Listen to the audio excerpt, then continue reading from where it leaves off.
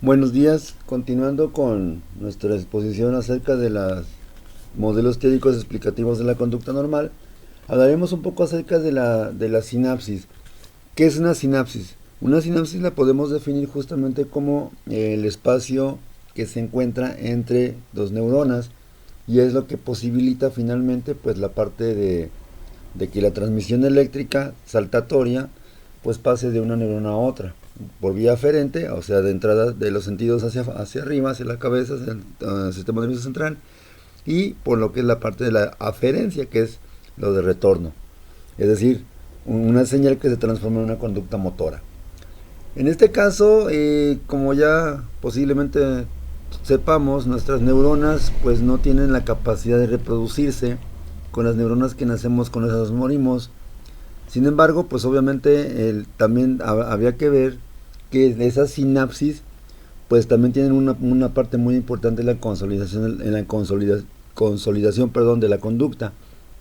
De tal manera que, por ejemplo, si el número de conexiones sinápticas se ve reducido por algún factor externo, pues obviamente se va a repercutir en la conducta. Esto puede servir como para entender un poco lo que es la parte del por ejemplo, un problema académico en un niño. No es que el niño sea burro, simplemente a lo mejor no tiene el número de sinapsis adecuadas para que justamente pueda con una materia, matemáticas, no sé, ciencias, etcétera. También habría que ver que la sinapsis también ocupa pues justamente de ser estimulada. Finalmente el niño durante su proceso evolutivo pues tiene esa característica fundamental de buscar de forma activa el conocimiento a través de lo que es la parte de el gateo, llevarse las cosas a la boca, la exploración, el interrogar repetidamente por cuestiones que son de su interés. Eso es justamente lo que hace que el niño pueda aprender y por lo tanto esta parte va a estimular las conexiones sinápticas. A mayor estimulación, obviamente mayor actividad y también en ese sentido las sinapsis que tienen a especializarse pues van a estabilizarse cada vez más y van a favorecer pues el proceso de aprendizaje, de enseñanza-aprendizaje. En ese sentido, una sinapsis, como dice la información, puede ser desde lábil, es decir, no está estabilizada. Puede ser una sinapsis estable, es decir, es una sinapsis que de repente a lo mejor puede manejar varias transmisiones de información, o puede incluso, la parte más triste, degenerarse.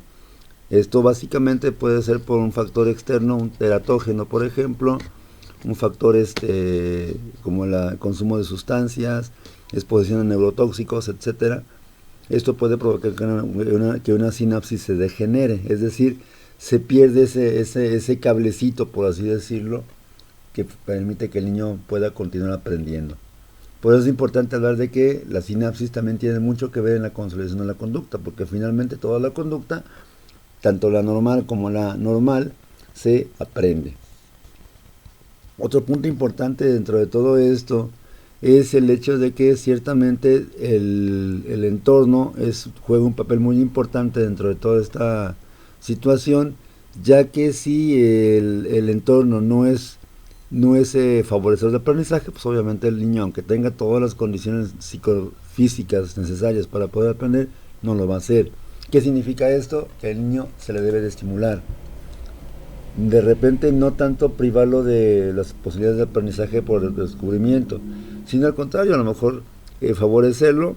Claro, está ejerciendo supervisión con él, pero sí es importante que el niño por sí mismo aprenda justamente esa parte del entorno, ¿sí? También tendremos que hablar como una cuestión explicativa acerca de los problemas de conducta. Dos antiguas escuelas que han estado en pugna desde hace muchos años en lo que es la psicología. Por un lado tenemos las personas que defienden una postura localizacionista. ¿Qué significa esto? Que las funciones intelectuales superiores, las funciones superiores, incluyendo la conducta, se encuentran específicamente bien delimitadas en una región determinada del cerebro. Por eso se llama localizacionismo, ¿sí? Y por otro lado tenemos la postura antilocalizacionista, cuyo principal defensor fue el psicólogo ruso Alexander Luria. Él hablaba justamente de que nuestro cerebro funciona no en partes aisladas, sino como un todo. Él hablaba de 3 bloques funcionales. El primero, que es el mecanismo que regula la atención voluntaria. El segundo bloque es el bloque que controla o que manipula la conducta voluntaria al 100%, con todo lo que es la planeación. Y el tercer bloque funcional, que serían todas las funciones superiores, inteligencia, atención, memoria, pensamiento, lenguaje. Cabe señalar al respecto que la postura de Luria y en general de la psicología soviética siempre es ambientalista, siempre tiene mucho que ver con el lenguaje, porque finalmente el lenguaje es la máxima construcción social que tenemos y finalmente ese lenguaje se ve influenciado por nuestro contexto sociohistórico. Un comentario sobre esta parte de la postura localizacionista. Hacia finales del siglo XVIII, en Inglaterra, surge Sir Francis Gall. Francis Gall era un científico que postula una teoría que se llamó en su momento frenología o tratado de la mente dividida.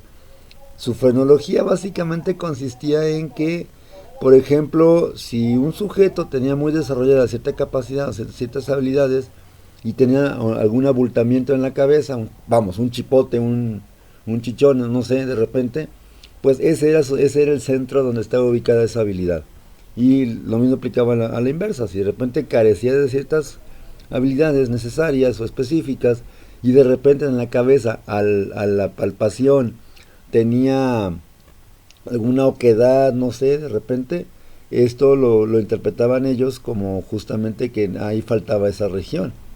Porque digamos, la metodología, por así llamarlo, pues era muy sencilla, ¿no? Era básicamente observación pura, ¿no?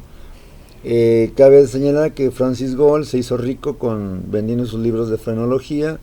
La gente los compró, los devoró como pan caliente, porque básicamente que lo que él vendía era una teoría psicológica donde a lo mejor por cierta palpación o cierta observación nada más le podíamos decir a las personas qué iba a ser de su futuro. Históricamente solamente hay una sola ocasión donde un frenólogo contemporáneo a principios del siglo pasado le atina. Si no me falla la memoria, creo que fue justamente la persona a la que por así decirlo, le hicieron su mapa frenológico, fue este señor que tiene que ver con Burger King, y le dijeron justamente que se dedicara a lo que era el negocio de comida. Sus padres lo hicieron y pues sería hasta cierto punto complicado diferenciar qué tanto fue una profecía de autocumplimiento y qué tanto realmente le atinó. Bien, sin embargo, también lo importante de esto es justamente ese intento pues por descubrir la conducta normal, y la conducta normal a través de lo que es la relación con el sustrato biológico, que es el cerebro. ¿Sí? Eso sería lo más importante. Pasamos ahora a revisar un poco y brevemente también algunas teorías centradas en el comportamiento y o en el medio. Principalmente tenemos la escuela conductista y el neoconductismo. El conductismo, que lo desarrolla John Watson en Estados Unidos, y básicamente él habla de que la conducta en esencia es una serie de respuestas condicionadas donde el sujeto no tiene ningún tipo de injerencia, es decir, responde de forma automática. Cabe señalar que Watson retoma la obra de Iván Pavlov, un fisiólogo ruso, que no fue psicólogo, por cierto, simplemente fue un fisiólogo, y justamente adapta su modelo teórico explicativo del arco reflejo y él lo intenta, Watson lo aplica a la conducta. A grandes rasgos, justamente Watson pretendía pues explicar a través de la psicología como ciencia, de la ciencia conductista, la amplia gama de manifestaciones conductuales humanas. Es muy célebre, por ejemplo, valga la redundancia, el caso del pequeño Albert, un niño menor de edad que Watson condiciona, le crea un miedo La idea de este experimento era demostrar que el miedo es aprendido como una respuesta patológica y que así como se aprendió, también se puede desaprender. Nunca se supo qué pasó con Albert. A medio experimento, la mamá decide llevarse al niño del hospital donde trabajaba Watson. Nunca supimos, o nunca se supo, pues, si el niño creció con un trauma, si de repente el niño creció sano y normal. Nunca se supo qué pasó, ciencia cierta. Esa es la postura de Watson. Él básicamente decía que podía ser de una persona lo que él quisiera, a través de aplicación de principios de conductismo, ¿sí? O de estímulo-respuesta. De la misma manera y en la misma sintonía, unos años más tarde, surge Skinner, un psicólogo también conductista, y él desarrolla lo que se conoce como postura neoconductista. En el caso de Skinner, él lleva justamente la investigación de Watson a una aplicación mucho más pragmática y mucho más, por así decirlo, experimental, sobre todo lo que es la formación y modelamiento de conductas. Él hablaba mucho de la motivación, es decir, la motivación como factor intrínseco de la conducta tiene mucho que ver, sobre todo cuando el sujeto es recompensado, reforzado, premiado, castigado, después de haber tenido una conducta determinada. Justamente es el conductismo operante, el conocimiento operante de Skinner, el que tiene mayor reconocimiento y el que todavía está vigente en lo que es en los centros de trabajo. Basta ya recordar, por ejemplo, acerca de si tú llegas tarde un día a tu trabajo, pues obviamente te van a dar una sanción, un castigo, que es en especie, en dinero, y a ver si vuelves a llegar temprano, o a ver si vuelves a llegar tarde también. Bien, esa sería la postura de las posturas conductual y la postura neoconductista. En este caso, para que funcione el conductismo de Skinner, él decía que la conducta tiene que volverse un hábito, es decir, hay una vinculación directamente proporcional entre lo que recibe el sujeto como recompensa o castigo y la respuesta que él emite. Esa parte Watson no la había considerado, Skinner sí, y por lo tanto se considera que la teoría, el conductismo o neoconductismo de Skinner es una evolución, por así llamarla, de las teorías antiguas de Watson. Watson ciertamente descubre esa parte de aplicar los principios conductistas a lo que es la modificación de conducta, pero quien lo lleva a un extremo ya más experimental y más científico, pues le corresponde el lugar a Skinner. Pasando a continuación con un poco acerca de los rusos, de la escuela rusa del aprendizaje. Para Vygotsky, Leontiev, Hanojin, Saforet, fue muy importante justamente los trabajos de su colega ruso también, Iván Pavlov. Ellos hablaban justamente de un sistema de señales, que es lo que realmente en lo que se traduce la conducta.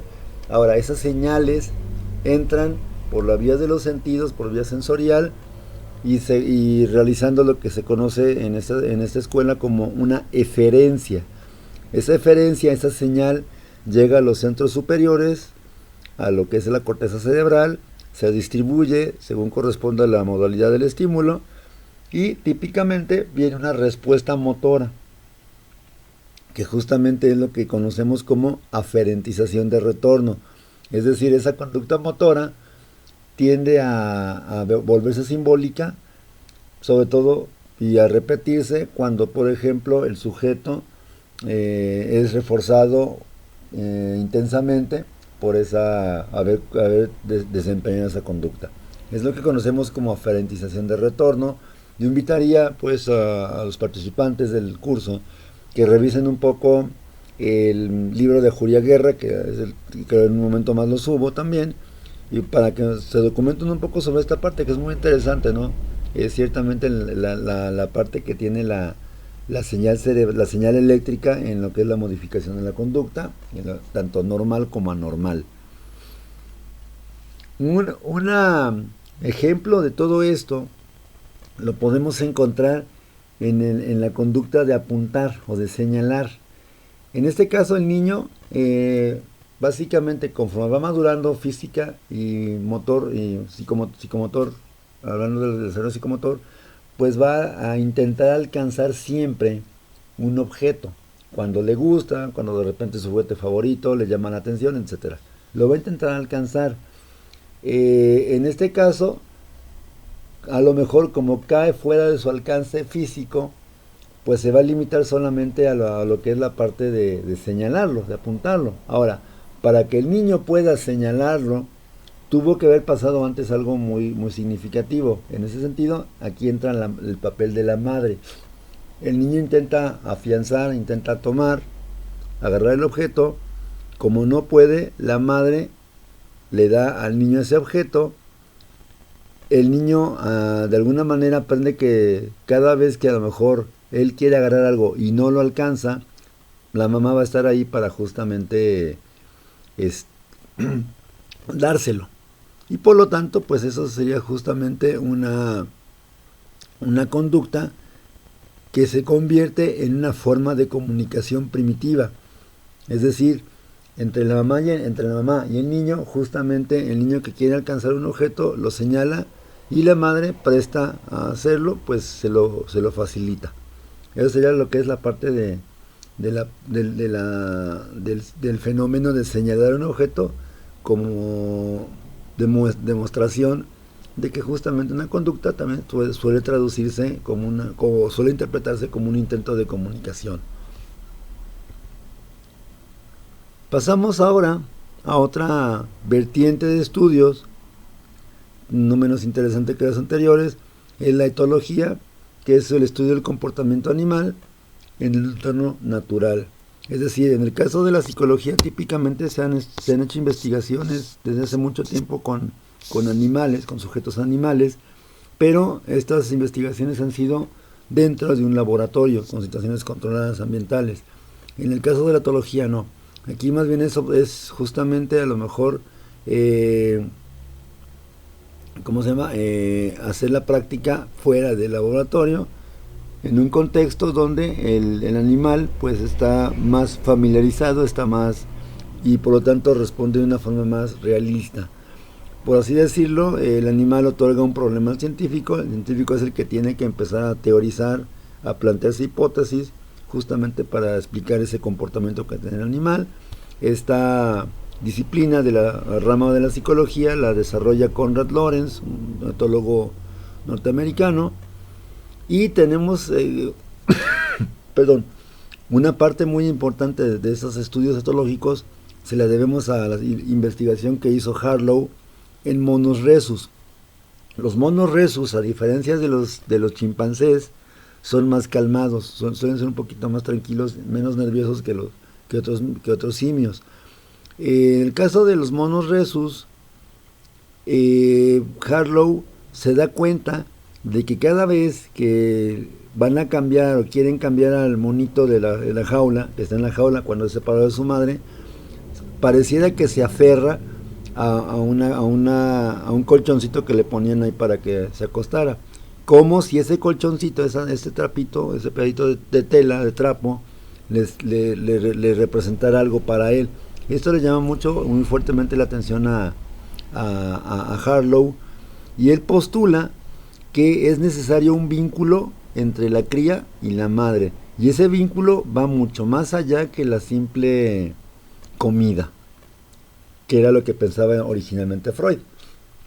En ese sentido, el mono pareciera que busca siempre el confort, incluso perdiendo un poco de lo que es la parte de la alimentación. En el documento, cuando suba esta presentación a internet, va a haber un enlace a un video que sí me gustaría que revisaran. Es muy cortito, pero ilustra a la perfección todo esto. Y ahí vemos justamente las implicaciones que tendría la conducta de apego o de vinculación de la cría con su hijo. Harlow también señalaba que cuando hay una carencia del vínculo afectivo, las consecuencias pueden llegar a ser duraderas e incluso hasta cierto punto irreversibles, y pues de repente esto se puede aplicar justamente, o se ha aplicado más recientemente en el estudio de la psicopatía donde se tiene que justamente que una persona con psicopatía o con sociopatía de repente aprende a desconfiar de las personas, porque justamente fue separado, fue privado de ese vínculo afectivo de calidad con la madre. Aclarando el punto que no siempre pasa así con todas las personas psicópatas, ¿sí? Bien, aquí tenemos un poco lo que es la parte del trabajo que hacía Harlow con sus monos. Tenemos en la ilustración de este lado una madre sustituta que ciertamente tiene un dispositivo que hace que cuando el mono la active haya alimento, pero es un mono simplemente de alambre. Y acá de este lado, en el lado derecho de la pantalla, de su pantalla, tienen justamente la mamá sustituta de peluche que Harlow diseñó, justamente para comprobar esto que estaba comentando él, acerca de la importancia del confort más allá de la alimentación. En este caso, como se comentaba hace un momento, pues estas consecuencias son a largo plazo, pueden ser incluso definitivas. Si un sujeto es privado de afecto, justamente los daños pueden ser irreversibles. Si un sujeto de repente se le da de comer, pero no se le da el afecto, pues igual también de alguna manera va a perder justamente esa capacidad de socializar o de empatizar con otras personas, porque justamente le toca a otro teórico que se apellida Bowlby desarrollar esta idea acerca del apego patológico. Bien, en esta imagen, bueno, en esta diapositiva vemos justamente el link, es en un momento más lo publico.